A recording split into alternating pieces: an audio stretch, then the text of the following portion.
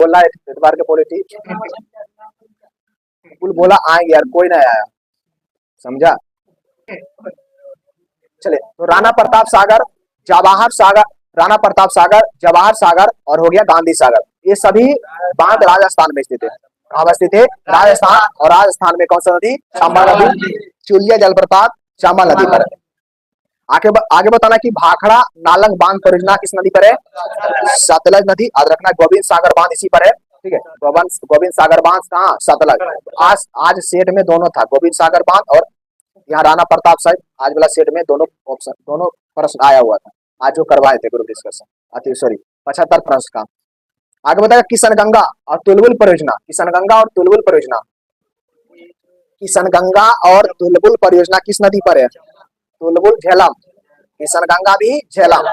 किशनगंगा परियोजना और तुलबुल परियोजना किस नदी पर है? चलिए दुलास्ती परियोजना, दुलास्ती चेनाब, दुलास्ती परियोजना चेनाब। अस्कनी, प्राचीन नाम क्या था इसका? अस्कनी। बितिस्ता, बितिस्ता प्राचीन नाम झेलम, सॉरी बितिस्ता का झेलम का प्राचीन नाम, झेलम का प्राचीन नाम बितिस्ता था। बिपाशा ब्यास, शत्रुधि सतलज, शत्रुधि सतलज, शत्रुधि सतलज। चलिए ठीक है। रावी,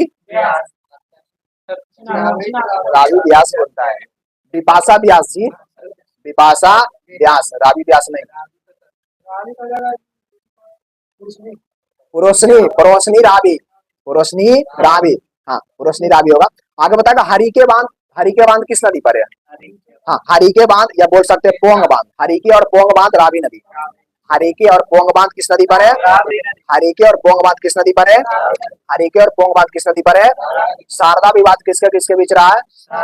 हाँ शारदा विवाद।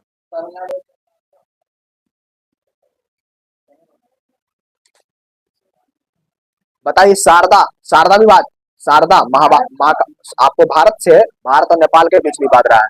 शारदा नदी का जिसे महाकाली नदी भी कहते हैं, तो शारदा विवाद या महाकाली विवाद आपको किसके किसके बीच है? भारत और नेपाल के बीच रहा है। विवाद जो शुरू हुआ है 1996, समझौता 1996 हुआ। याद रखना पंचेश्वर बहुदेशीय पंचवर्षीय बहुदेशीय बहुदेशीय परियोजना, पंचेश्वर बहुदेशीय परियोजना भी शामिल किया गया है शारदे परियोजना के अंतर्गत, ठीक है। जल्दी जल्दी कौन है सर जो बोल रहे हैं, जल्दी जल्दी आप खुद देख लीजिए कौन बोल रहे हैं, जल्दी जल्दी। चलिए तो शारदा परियोजना जो विवाद रहा है वो कहाँ कहाँ विवाद रहा है? भारत और नेपाल, भारत और नेपाल, भारत और नेपाल। भारत जो है नेपाल जो भारत के साथ सीमा साझा करता है 1751, 1751 किलोमीटर। भूटान 699, म्यांमार 1643, म्यांमार, ठीक है। तो आगे बताना कि कोसी, कोसी विवाद किसके किसके बीच रहा है? समझौता, कोसी समझौता भारत और नेपाल, भारत और नेपाल। याद रखना नेपाल में जो है कोसी बैराज निर्माण के संबंध में यह समझौता हुआ था। कहाँ? नेपाल में। नेपाल में पूछेगा कि बताइए कि नेपाल में कोसी बैराज निर्माण के संबंध में समझौता कब हुआ था? 1900 कितना? 54, 1954, 1954, 1954। तो याद रखना है कोसी बैराज, कोसी बैराज विवाद रहा है किसके किसके बीच? तो भारत और नेपाल के बीच। तीस्ता विवाद रहा है भारत और बांग्लादेश के बीच। तीस्ता, तीस्ता भारत और बांग्लादेश के बीच का विवाद रहा है। लेकिन यहाँ पर पूछेगा कोसी बैराज निर्माण, कोसी बैराज निर्माण विवाद जो रहा है किसके किसके बीच का रहा है? भारत और नेपाल का बीच, भारत और नेपाल का बीच यह विवाद जो शुरू हुआ था 1954। तो 1954 में दोनों के बीच क्या हुआ? भारत और नेपाल के बीच समझौता हो गया 1954 में। समझौता कब हुआ? समझौता कब हुआ? 1954। लेकिन शारदा परियोजना, शारदा परियोजना भारत और नेपाल के बीच का विवाद रहा था। इसमें अगर समझौता का बात करें तो 1996, 1996। चलिए आगे बताएगा गंडक बैराज निर्माण, गंडक बैराज निर्माण यानी गंडक विवाद जो रहा है वो किसके किसके बीच रहा है? भारत और नेपाल, भारत और नेपाल। गंडक विवाद जो रहा है वो किसके किसके बीच का विवाद रहा है? भारत और नेपाल। तो प्रश्न यहाँ बनेगा कि बताइए नेपाल में गंडक बैराज निर्माण के संबंध में समझौता कब हुआ है? 1959, 1959, 1959, 1959। किसके किसके बीच? भारत और नेपाल, भारत और नेपाल। बताएगा आगे कि गंगा, गंगा विवाद रहा है, याद रखना इसमें। फरक्का में गंगा नदी, फरक्का में गंगा जल की भागीदारी के संबंध में समझौता कब हुआ है? फरक्का में गंगा जल की भागीदारी के संबंध में भारत और बांग्लादेश के बीच ये समझौता हुआ है, संधि हुआ है 1996। 1996, 1996, ठीक है, कब हुआ है? 1996। यहाँ से प्रश्न बन जाएगा कि बताइए फरक्का में गंगा जल की भागीदारी के संबंध में भारत और नेपाल के बीच समझौता हुआ है, वो कब हुआ है? 1996। कब हुआ है? कब हुआ है? 1996। और सिंधु विवाद तो पता होगा, 1960 में भारत और पाकिस्तान। कावेरी विवाद किसके किसके बीच का क्षेत्र है? कितना? आपको इसमें पुदुचेरी होगा, तमिलनाडु होगा, केरल होगा, कर्नाटक होगा और पुदुचेरी, यानी 4 राज्य शामिल है। कितना राज्य? किसमें? कावेरी विवाद में। किसमें? इसमें कावेरी विवाद, ठीक, याद रखना है। तो कावेरी विवाद जो रहा है मेन रूप से किसके किसके बीच का विवाद है? 4, तमिलनाडु, कर्नाटक, केरल और पुदुचेरी। चलिए ठीक है, बिल्कुल। आगे बताओ, दुलहस्ती जल विद्युत स्टेशन किस नदी पर है? चेनाब। दुलहस्ती परियोजना चेनाब, दुलहस्ती परियोजना। तीस्ता जल विद्युत परियोजना किस राज्य में स्थित है? तीस्ता जल विद्युत परियोजना किस राज्य में अवस्थित है? तीस्ता जल विद्युत परियोजना किस राज्य में अवस्थित है? सिक्किम में। कहाँ होगा? सिक्किम। कहाँ होगा? सिक्किम। तीस्ता जल विद्युत परियोजना, तीस्ता जल विद्युत परियोजना। कल्पसर परियोजना, कल्पसर परियोजना किस राज्य में अवस्थित है? हाँ, कल्पसर परियोजना किस राज्य में अवस्थित है? कल्पसर परियोजना गुजरात। कल्पसर परियोजना किस राज्य में अवस्थित है? कल्पसर परियोजना किस राज्य में अवस्थित है? कल्पसर परियोजना किस राज्य में अवस्थित है? गुजरात। तीस्ता जल विद्युत परियोजना, तीस्ता जल विद्युत परियोजना, तीस्ता जल विद्युत परियोजना। दुलहस्ती जल विद्युत स्टेशन चेनाब। कहाँ होगा? चेनाब। और ये कावेरी जल विवाद रहा है ना, उसमें सबसे अधिक जल जो मिलता है ना, वो मिलता है तमिलनाडु को। देखिए, इसको मिलता है 419 टीएमसी, 1000 मिलियन क्यूबेक। हाँ, सबसे अधिक जल मिलता है किसको? तमिलनाडु। उसके बाद कर्नाटक, उसके बाद केरल, उसके बाद पांडिचेरी। हाँ, 1000 मिलियन क्यूबिक। क्या बताना कि भारत में सबसे पुराना जल विद्युत स्टेशन सिंधपोगा दार्जिलिंग में स्थापित हुआ है ना, दार्जिलिंग में स्थापित हुआ था, याद रखना है, 1897 में।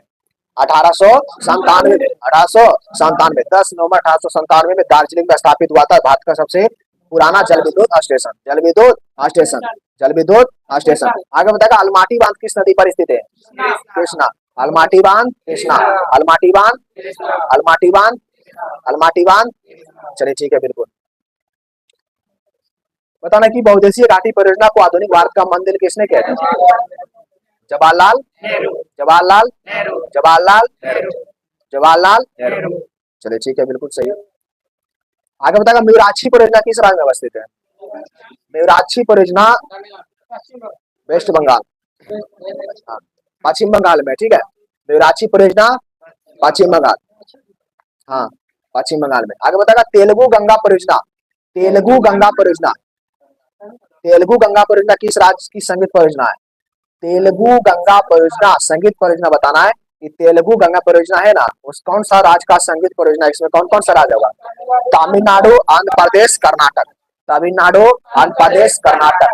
तमिलनाडु, आंध्र प्रदेश, कर्नाटक। तमिलनाडु, आंध्र प्रदेश, कर्नाटक। तमिलनाडु, आंध्र प्रदेश, कर्नाटक। याद रखना है कौन सा? तो तेलुगु गंगा सागर, तेलुगु गंगा, तेलुगु गंगा परियोजना, तेलुगु गंगा परियोजना। तेलुगु गंगा परियोजना किस कौन कौन सा राज्य में? 3 राज्य में, तमिलनाडु, कर्नाटक और आंध्र प्रदेश। कौन सा राज्य? आंध्र प्रदेश। आगे बताएगा, महाकाली, महाकाली संधि भारत और नेपाल के बीच कब हुआ है? शारदा संधि, महाकाली संधि, उसे कहते हैं शारदा संधि। कब हुआ है?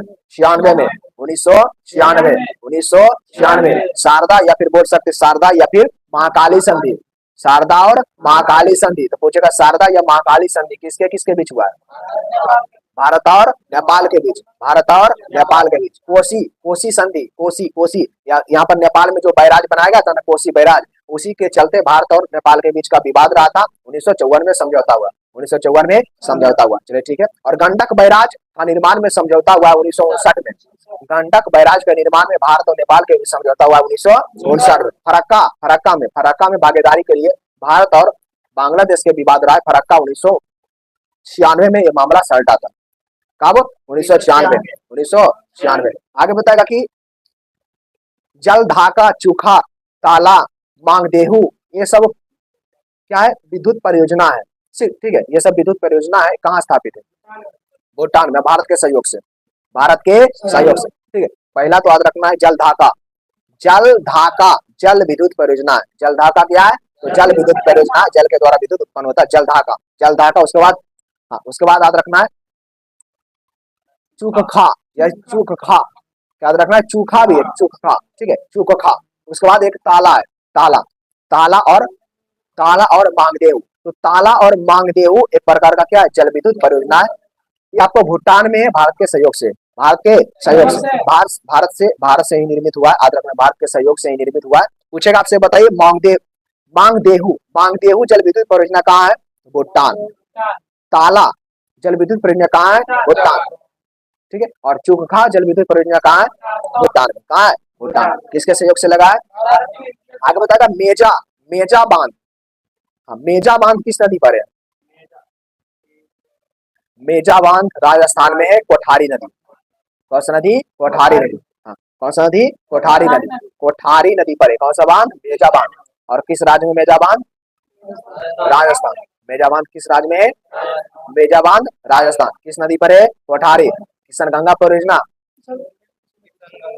किशन गंगा नदी, लेकिन किस राज्य? जम्मू कश्मीर। कहाँ होगा? जम्मू कश्मीर। तीस्ता जल विद्युत परियोजना, सिक्किम। आगे बताएगा, हाँ, बताना कि दक्षिण भारत की सबसे बड़ी बहुउद्देशीय नदी घाटी परियोजना कौन सी है? दक्षिण भारत की सबसे बड़ी नदी घाटी परियोजना कौन सी है? नहीं, तुंगभद्रा परियोजना। तुंगभद्रा परियोजना जो है आंध्र प्रदेश और तमिलनाडु की क्या है? संयुक्त परियोजना है। तुंगभद्रा परियोजना किसके किसके बीच है? तमिलनाडु और तमिलनाडु बोलते हैं, आंध्र प्रदेश और कर्नाटक, आंध्र प्रदेश और कर्नाटक। हाँ, आंध्र प्रदेश और कर्नाटक के बीच जो है कौन सा परियोजना? तुंगभद्रा परियोजना। और दक्षिण भारत की सबसे बड़ी बहुउद्देशीय घाटी परियोजना, दक्षिण भारत की सबसे हाँ, तुंगभद्रा जो सहायक नदी है कृष्णा नदी का।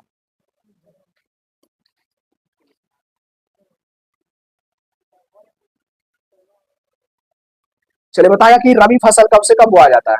रबी फसल, हाँ, पहले देखिए यहाँ से शुरू करो तो अच्छा रहेगा। खरीफ से याद करना सीखो, खरीफ फसल से याद करना सीखो, ठीक है। देखिए खरीफ फसल जून जुलाई में बोया जाता है। जून जुलाई में बोया जाएगा और अक्टूबर नवंबर में काट लिया जाता है। तो ये जो खरीफ फसल जो होता है, खरीफ फसल धान उगाएगा खरीफ फसल। तो खरीफ फसल जून जुलाई में बोया जाता है और अक्टूबर नवंबर में काट लिया जाता है। अक्टूबर नवंबर में काट लिया जाता है। अक्टूबर नवंबर में रबी को बोते हैं। अक्टूबर नवंबर में किसको बोएंगे? रबी को। और मार्च अप्रैल में रबी को काट लेते हैं। मार्च अप्रैल में फिर किसको बोलते हैं? जायद को। फिर जून जुलाई में काट लेते हैं। ये मामला चलता रहता है, ठीक है। तो आज रखना सीखो कहाँ से? खरीफ से। हाँ, तो खरीफ फसल जून जुलाई में बोया जाता है। जून जुलाई में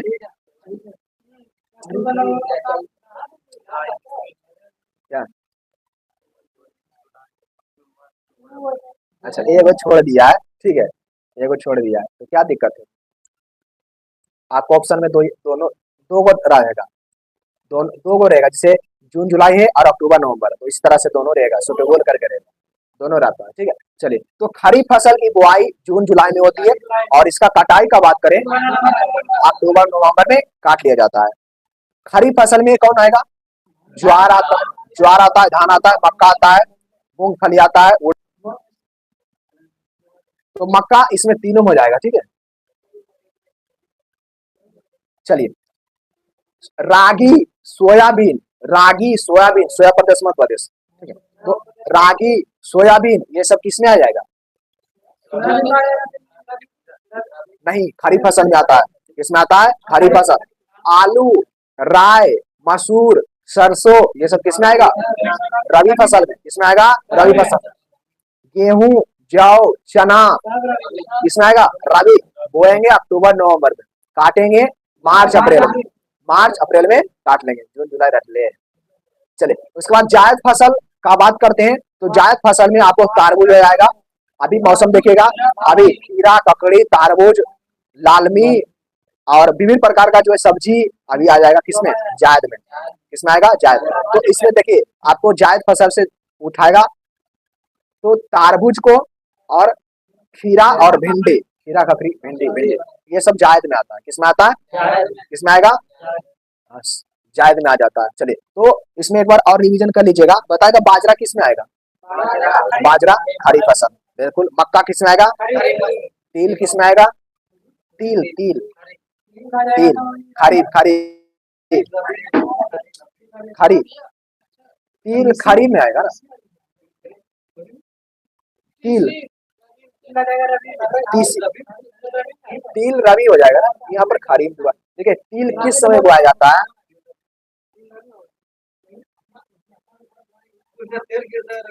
सुनो हमको मत सिखा, हम भी किसान खेती के हैं। तिल किस समय बोया जाता है, तो जिस समय धान रहता है ना उसी समय जो है धान के आरी पर बोया जाता है तिल। तीसी रहता है, तो तीसी एक तिल अलग रहता है, तीसी एक अलग है, तिल अलग है। बार बार कौन आ रहा है, तिल किस, तिल अभी लगता है, तिल अभी लगता है, गर्मी लगता है, लेकिन इसमें तिल दिया हुआ है। तीसी खड़ी बात, थ्री की तीसी, तीसी खड़ी फसल है, तीसी, हाँ तीसी खड़ी फसल है, यहाँ पर दिया हुआ है। तो खड़ी फसल आप रखना है जब दिया है खड़ी फसल को। चलिए तीसी एगो तिल होता है ना, एगो तीसी होता है, एगो तिल होता है। तो तिल के सीजन अभी है, अभी होता है ना, ठीक है। चलिए आगे बताएगा, बताना कि कृषि में युग्म पैदावार का क्या अभिप्राय है। कृषि में युग्म पैदावार का क्या अभिप्राय है, क्या पढ़ा है, विभिन्न मौसम में दो फसल, विभिन्न मौसम में दो फसल उगाना, अब रखना ही हो जाएगा। कृषि में युग्म पैदावार, कृषि में युग्म पैदावार, विभिन्न मौसम में दो फसल उगना। आगे बताएगा मिश्रित खेती की प्रमुख विशेषता क्या है, ये सब प्रश्न पूछता है।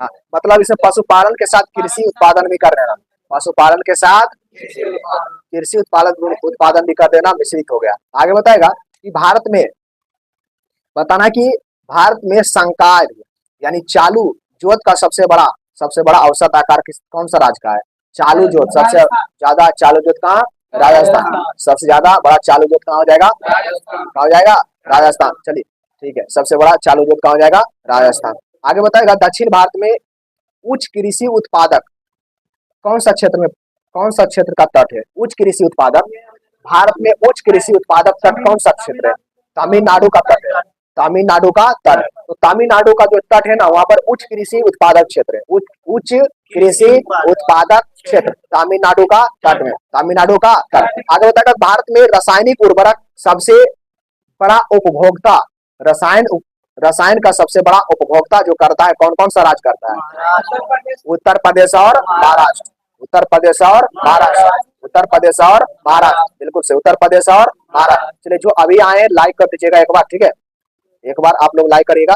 चलिए तो महाराष्ट्र और उत्तर प्रदेश इसका रसायन उर्वरक का जो है सबसे बड़ा उपभोक्ता जो रहा है वो कौन रहा है, उत्तर प्रदेश और महाराष्ट्र, उत्तर प्रदेश और महाराष्ट्र। आगे बताएगा कि बताना है कि कौन सा राज्य जैविक खेती करता है, सिक्किम जैविक खेती करता है, ठीक है, हाँ याद रखना। और भारत में बताएगा अनुबंध कृषि को लागू करने वाला प्रथम राज्य कौन सा है, भारत में अनुबंध कृषि को लागू करने वाला पहला राज्य पंजाब, भारत में अनुबंध कृषि को लागू करने वाला पहला राज्य पंजाब, भारत में अनुबंध कृषि को लागू करने वाला पहला राज्य कौन सा राज्य, पंजाब, ठीक है, कौन सा राज्य हुआ, पंजाब राज्य। चलिए बिल्कुल सही है। आगे बताएगा कि भारत के सर्वाधिक क्षेत्रफल पर किस फसल की कृषि होती है, चावल की। प्रथम खाद्यान्न चावल, दूसरा गेहूं, तीसरा मक्का, बिल्कुल। आगे बताएगा कि मक्का, बताए थे ना कि मक्का जो है ना, मक्का जो है ना, मक्का तीनों में समय बोया जाता है, खरीफ में, रबी में और जायद में, खरीफ में, रबी जायद। क्या मुख्य रूप से बात करें तो इसमें खरीफ में रख सकते हैं इसको। कौन से बुक पढ़ रहे हैं स्पीडी से,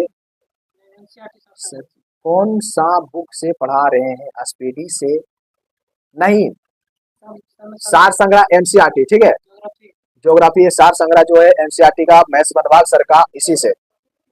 और अब प्रश्न भी देखिएगा, बिहार दरोगा में भी पूछा है, जितना प्रश्न ज्योग्राफी से पूछा है वो सब पूछा है एनसीईआरटी से।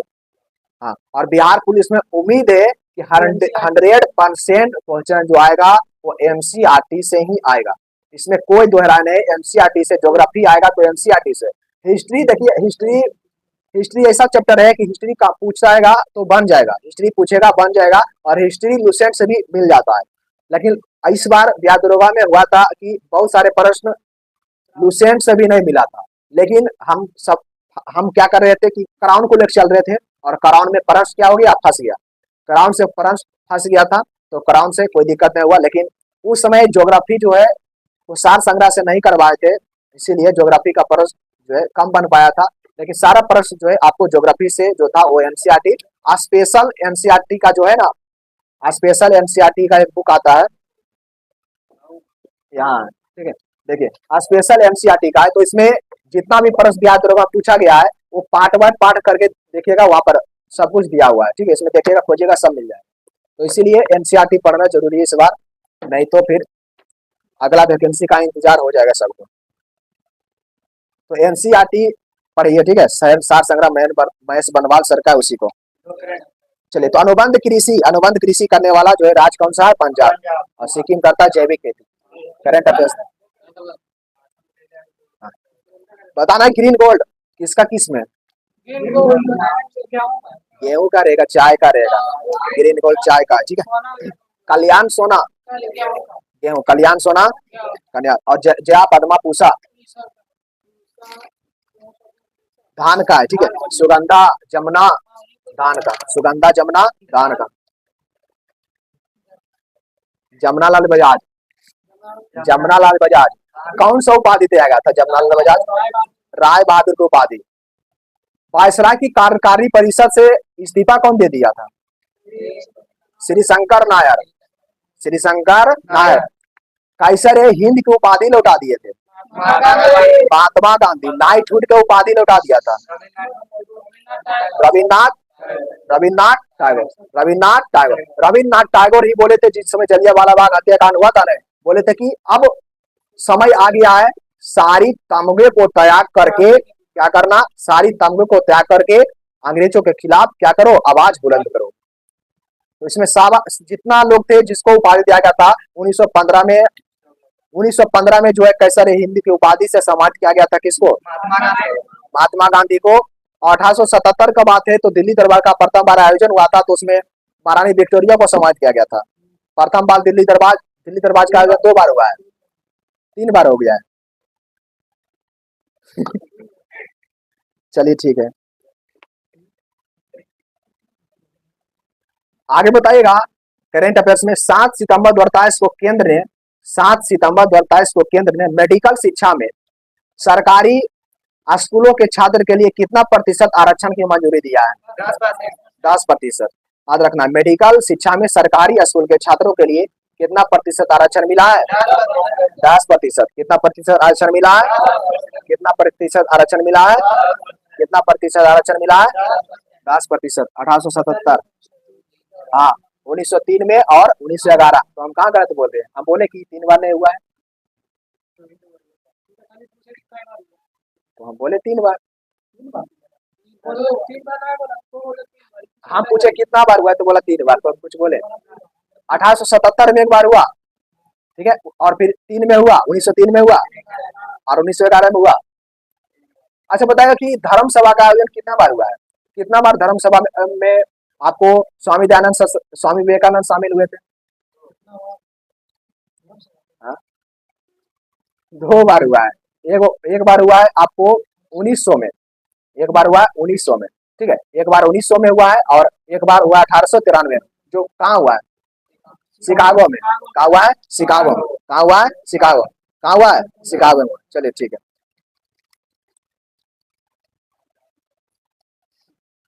हाँ चलिए बताया कि किस देश के शोधकर्ताओं ने स्टेम कोशिका से कृत्रिम भ्रूण बनाया, स्टेम कोशिका से कृत्रिम भ्रूण बनाया, इजराइल। कौन बनाया? इजराइल। हाँ, कृत्रिम कोशिका से, सॉरी, किस देश के शोधकर्ताओं ने स्टेम कोशिका से कृत्रिम भ्रूण बनाया है? इजराइल। कौन बनाया है? इजराइल।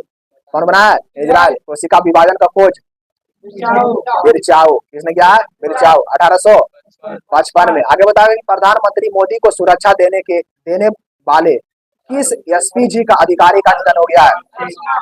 अरुण कुमार सिन्हा। अरुण कुमार सिन्हा का क्या हो गया है? निधन हो गया। प्रधानमंत्री मोदी को सुरक्षा देता था, उसका क्या हो गया है?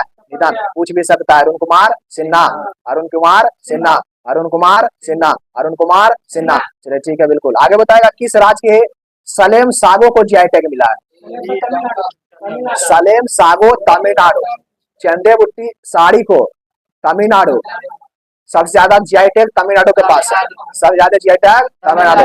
सबसे ज्यादा जीआई टैग किसके पास? प्रशांत कुमार। हाय हाय, ये क्या है?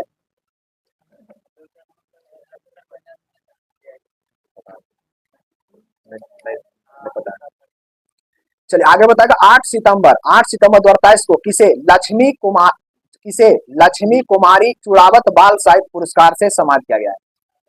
बताना है कि लक्ष्मी कुमारी चुड़ावत बाल साहित्य पुरस्कार प्रदान किया गया है वद्वाइत जिंद को। वद्वाइत जिंद को। वद्वाइत जिंद को। बताना है कि द्वैतावाद, द्वैतवाद, द्वैतवाद, द्वैतावाद आनंद तीर्थ का था। ठीक है, और ये ब्राह्मण का ब्रह्म का ये द्वैत था, और आनंद तीर्थ के द्वारा, आनंद तीर्थ। सुधाद्वैत कौन सा संप्रदाय है? सुधाद्वैत रुद्र संप्रदाय। सुधाद्वैत रुद्र संप्रदाय था सुधाद्वैत। ठीक है, आगे बताएगा स्ट्रीट चाइल्ड क्रिकेट विश्व कप कहाँ आयोजित किया जाएगा? चेन्नई में। स्ट्रीट चाइल्ड क्रिकेट विश्व कप का आयोजन कहाँ किया जाएगा? स्ट्रीट चाइल्ड क्रिकेट विश्व कप का आयोजन कहाँ किया जाएगा? चेन्नई में किया जाएगा। ठीक है, बिल्कुल। आगे बताएगा किस बैंक ने national first transit card, national first transit card जारी किया है? नेशनल फर्स्ट ट्रांजिस्ट कार्ड कौन जारी किया है? एसबीआई कौन सा बैंक के नाम पर बना है? Imperial bank. Imperial bank. Imperial bank का स्थापना 1921 में। 3 बैंक इसमें मिलाया गया था। कौन कौन बैंक? मद्रास था, कलकत्ता था और मुंबई था। Bank of Calcutta, bank of Madras. 1955 में राष्ट्रीयकरण हुआ था गोरेवाले समिति की अनुशंसा पर। इसका 1955 में गोरेवाले समिति की अनुशंसा पर जो है क्या हो गया, ये एसबीआई बन गया। आरबीआई हिल्टन आयोग 35 में, 37 में मुख्यालय कलकत्ता, 37 में मुख्यालय कलकत्ता से उठाकर कहाँ? मुंबई। तो जिस समय आरबीआई का स्थापना हुआ था ना, आरबीआई का जिस समय स्थापना हुआ था 1935 में, तो मुख्यालय उसका कलकत्ता था, लेकिन 37 में कहाँ बना दिया? आगे बताएगा कि चर्चा में रही उमियाल झील किस राज्य में अवस्थित है? चर्चा में रहा उमियाल झील मेघालय। चर्चा में रहा उमियाल झील जयंतिया और खासी पहाड़ी। सबसे अधिक वर्षा जयंतिया की खासी 1000 सेंटीमीटर, खासी जयंतिया पर 1000 सेंटीमीटर। लेकिन सबसे अधिक वर्षा गारो खासी जयंतिया पहाड़ी पर होती है। अरे गारो खासी जयंतिया पहाड़ी बोर्ड में होता है, लेकिन सबसे अधिक होता है आपको 2 पहाड़ी पे, खासी और जयंतिया पे। खासी और जयंतिया। भारत में मुख्य रूप से वर्षा औसतन पूछेगा तो 125 सेंटीमीटर होता है, और बिहार में 50 से 100 सेंटीमीटर के बीच में होता है। बिहार में जहां पर 100 सेंटीमीटर वर्षा होता है वहां पर सदाबहार वन पाए जाते हैं। Sorry, 200 centimetre, 200 centimetre. और जहां पर 200 सेंटीमीटर से अधिक वर्षा होता है वहां पर निछालन विधि के द्वारा लेटेराइट मिट्टी, निछालन विधि के द्वारा 35% क्षेत्रफल पर लेटेराइट मिट्टी। उमियाल झील किस राज्य में अवस्थित है? मेघालय।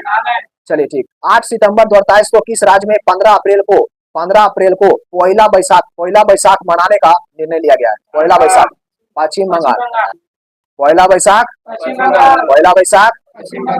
पश्चिम बंगाल। ठीक है, आगे बताएगा कि 9 सितंबर 2023 को किस राज्य की कैबिनेट ने ट्रांसजेंडर समुदाय के लिए ओबीसी का दर्जा दिया है? झारखंड सरकार ओबीसी का दर्जा दे दिया है। ठीक है, झारखंड सरकार ओबीसी का दर्जा। और ओबीसी के दर्जा लेकर आपको ओबीसी का आरक्षण का बात हो रहा था, इसी द्वितीय गोलमेज सम्मेलन हुआ ना, द्वितीय गोलमेज सम्मेलन के बाद और तृतीय गोलमेज सम्मेलन के पहले, तो ओबीसी का ना दर्जा जो मांग रहे थे यहाँ पे भीमराव अम्बेडकर। तो इसमें जो सांप्रदायिक पंचायत का घोषणा किया था, जी रामजी मैकडोनाल्ड सांप्रदायिक पंचायत का घोषणा किया था 1932 में, तो इसी ओबीसी का दर्जा के लिए ना, लेकिन इसको स्थगित कर दिया था, फिर हटा दिया था ये दर्जा को। अनशन पर बैठ गए थे, आमरण अनशन पर बैठ गए थे आपको महात्मा गांधी, तो मानना पड़ा इसमें। तो इसमें पूछता है कि द्वितीय गोलमेज सम्मेलन असफल हो गया था सांप्रदायिक पंचायत के कारण, वो सफल हो गया था। महात्मा गांधी भाग लेने के लिए, महात्मा गांधी कांग्रेस के तौर पर भाग लेने के लिए गए थे तीनों गोलमेज सम्मेलन में, तीनों गोलमेज सम्मेलन में छुआछूत के रूप में भाग लिए थे भीमराव अम्बेडकर, और तीनों गोलमेज सम्मेलन के में समय प्रधानमंत्री जो था वो कौन था? तेज बहादुर सुप्रू था क्या?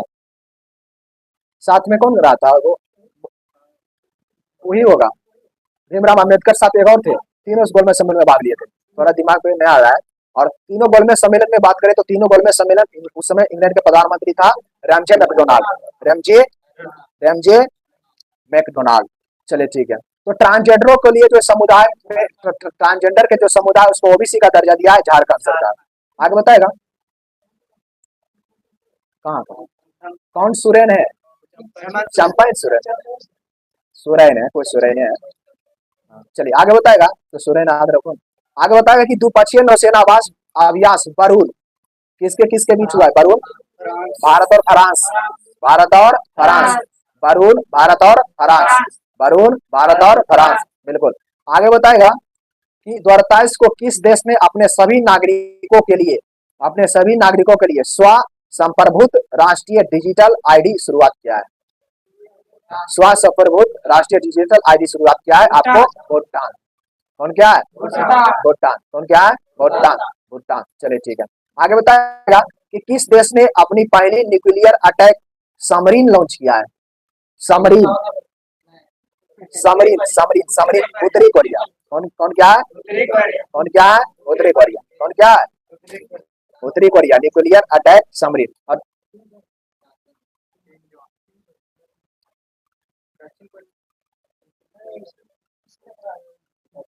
आगे बताएगा स्वच्छ वायु सर्वेक्षण 2023 में कौन सी पर रहा है?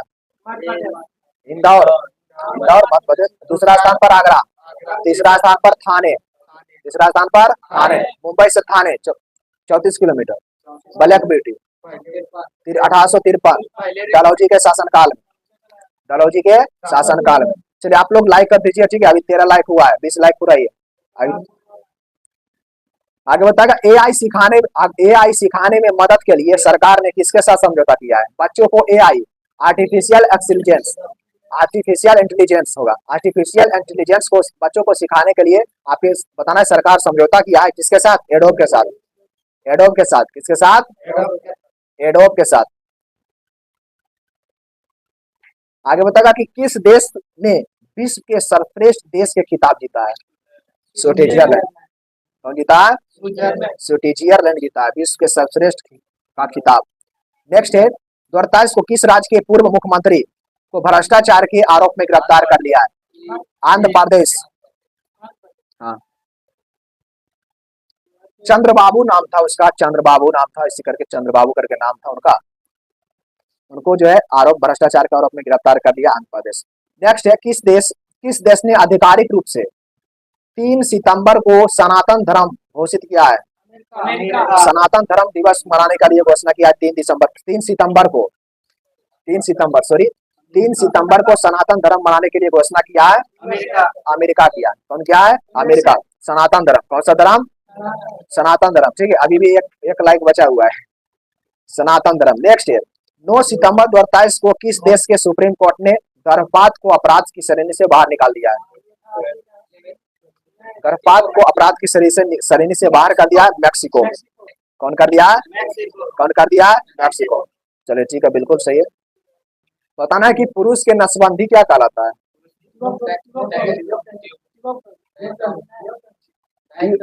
ट्यूब किस में रहता है?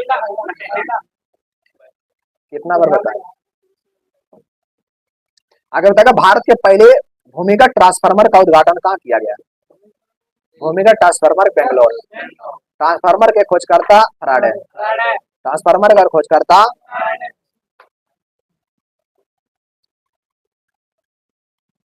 चलिए आगे बताएगा 10 सितंबर 2023 को किस देश ने G20 सम्मेलन में वैश्विक जैव ईंधन गठबंधन शुरू करने की घोषणा किया है? वैश्विक जैव गठबंधन का घोषणा किया है भारत।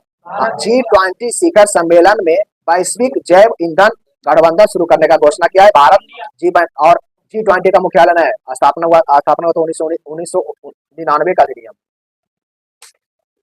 बताना है कि यूएस ओपन पुरुष एकल का खिताब किसने जीता है? यूएस ओपन सर्बिया का Novak Djokovic. Novak open open open Serbia का राजधानी बेलग्रेड। बताना है कि डॉक्टर एम गोखले पुरस्कार से किसे सम्मानित किया गया है? डॉक्टर एम गोखले संजय मिश्रा को। संजय मिश्रा। बताना एक इंडोनेशिया बैडमिंटन मास्टर्स का खिताब किसने जीता है? इंडोनेशिया बैडमिंटन मास्टर्स का खिताब किसने जीता है? किरण जॉर्ज। कितना खिलाड़ी?